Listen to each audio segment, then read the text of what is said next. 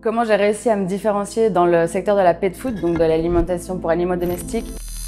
Je m'appelle Jessica Giacometti, je suis la cofondatrice et nutritionniste chez Foodidoo, une entreprise qui se trouve dans le secteur de la pet food, donc de l'alimentation pour animaux domestiques, et nous en l'occurrence on fait de l'alimentation fraîche pour chiens et chats. J'ai créé cette entreprise mi-2023. Dans l'industrie on va trouver plus facilement des croquettes, des pâtés hyper industriels, alors que nous ça va être de la nourriture fraîche faite à base de produits majoritairement locaux. Aujourd'hui je suis la seule employée de l'entreprise. On est basé aujourd'hui aux Acacias, donc à Carouge, ce qui fait qu'on est proche de Plainpalais, proche de Pont-Rouge. Donc ce quartier il est vraiment idéalement placé puisqu'on est au centre-ville, que ce soit pour les livraisons ou alors pour la proximité avec les producteurs.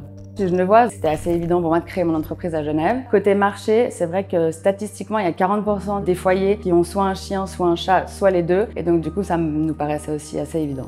On a une grande diversité de producteurs, mais aussi ils sont assez proches, donc on peut aller les voir. On a beaucoup plus de transparence, on peut discuter avec eux et du coup, on sait aussi d'où viennent nos produits. À Genève, la clientèle, c'est vrai qu'elle a un pouvoir d'achat plus élevé et donc du coup, ils peuvent se permettre de s'orienter vers une alimentation de qualité et donc un peu plus onéreuse.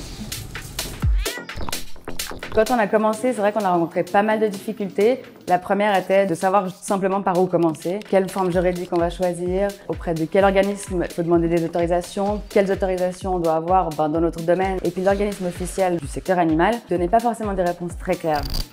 Le principal défi était de trouver un local à Genève au vu des loyers excessifs, mais aussi comme on cherche un local de production, c'est un local assez spécifique et qui sont assez rares. Donc ça a été assez compliqué pour nous, on a mis vraiment plusieurs mois à trouver un endroit. Et c'est vrai qu'aujourd'hui, au vu de tous ces points, donc notamment le loyer excessif, on est parti sur un laboratoire partagé. Et un autre défi a été aussi l'accès au financement, qui est déjà très difficile pour une start-up et encore plus pour une entreprise dans le secteur de l'alimentation animale.